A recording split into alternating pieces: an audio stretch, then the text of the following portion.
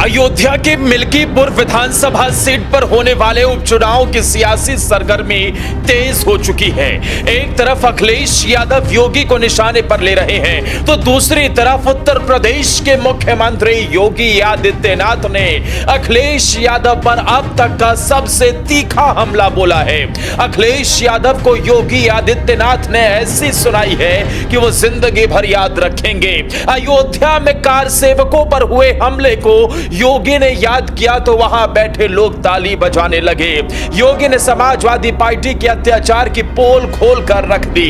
किस तरीके से कार सेवकों पर गोली चलवाई गई थी, तो साथ ही योगी आदित्यनाथ ने इस मौके पर साधु संतों को माफिया कहने वाले अखिलेश यादव पर तगड़ा प्रहार किया। अयोध्या के मिल्कीपुर विधानसभा सीट पर उपचुनाव होने हैं और इसे ही देखते हुए लगातार बड़े नेताओं के दौरे जारी हैं। अवधेश प्रसाद के फैजाबाद से सांसद बने जाने के बाद यह सीट विधानसभा की खाली है। अयोध्या में इससे पहले भारतीय जनता पार्टी को लोकसभा चुनाव में मिली हार के बाद कहीं ना कहीं अब मिल्कीपुर की सीट को योगी आदित्यनाथ ने अपनी प्रतिष्ठा का सवाल बना लिया है। इस सीट पर सबकी निगाहें हैं, लेकिन उपचुनावों में सियासी बयानबाजी तेज होती हुई दिख रही है। खास तौर पर अब यह बयानबाजी योगी और अखिलेश यादव 1 to 1 सिमटती नजर आ रही है। कुछ दिन पहले जब अखिलेश यादव ने साधु संतों का अपमान किया था, सनातन धर्म का अपमान करते हुए यह तक कह दिया था कि मठाधीश और माफिया में ज्यादा अंतर नहीं होता, उस वक्त पूरे देश के साधु संतों में एक अलग ही गुस्सा देखने को मिला। लेकिन गोरक्षा पीठाधीश्वर योगी आदित्यनाथ ने अब अखिलेश यादव को अयोध्या के मिल्कीपुर से जवाब दिया और कहा कि जो लोग माफियाओं के सामने नाक रगड़ते हैं वो आज साधु संतों के ऊपर सवाल उठाते हैं। योगी आदित्यनाथ ने यह भी कहा कि कार सेवकों पर गोली चलवाने वालों को माफ नहीं किया जाएगा। उन्होंने कहा कि जितने लोग अपराध में लिप्त हैं सब उनके चचा जान थे, यानी कि समाजवादी पार्टी पर सीधा निशाना साधा गया है। माफिया के आगे नाक रगड़ने वाले आज साधु संतों को माफिया कहते हैं। आपको बता दें कि 19 सितंबर अयोध्या के मिल्कीपुर में सीएम योगी आदित्यनाथ के निशाने पर समाजवादी पार्टी ही रही।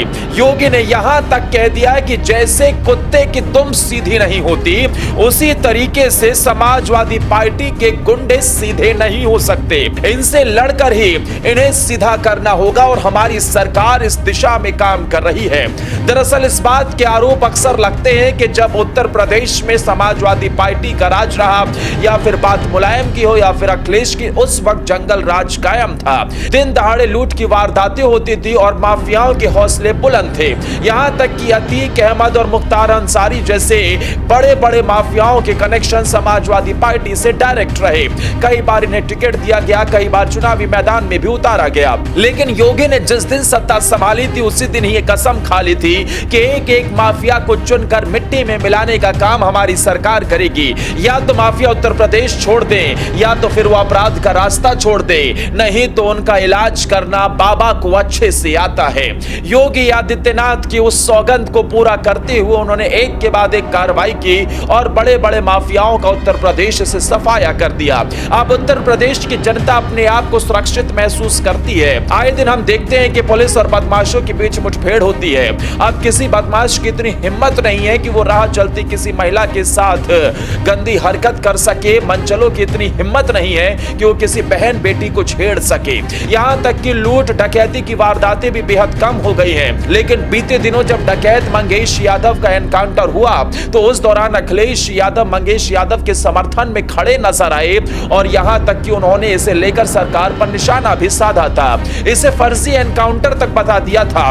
लेकिन उसके बाद हमने देखा कि उत्तर प्रदेश की सड़कों पर जगह जगह यादव समाज के लोगों ने ही विरोध किया और कहा कि अखिलेश यादव डकैत को यादव समाज से मत जोड़िए। लेकिन जिस तरीके से उत्तर प्रदेश के विधानसभा उपचुनाव को लेकर बयानबाजी का सिलसिला बढ़ा, मंगेश यादव से लेकर बुलडोजर और अब योगी बनाम अखिलेश की सीधी लड़ाई दिखती हुई बयानबाजी में नजर आ रही है।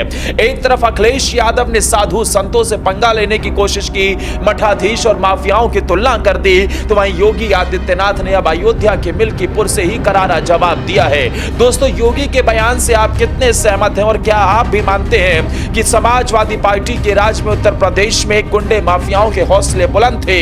कमेंट कर अपनी राय जरूर बताएं और इस वीडियो वीडियो को ज्यादा से ज्यादा शेयर भी करें।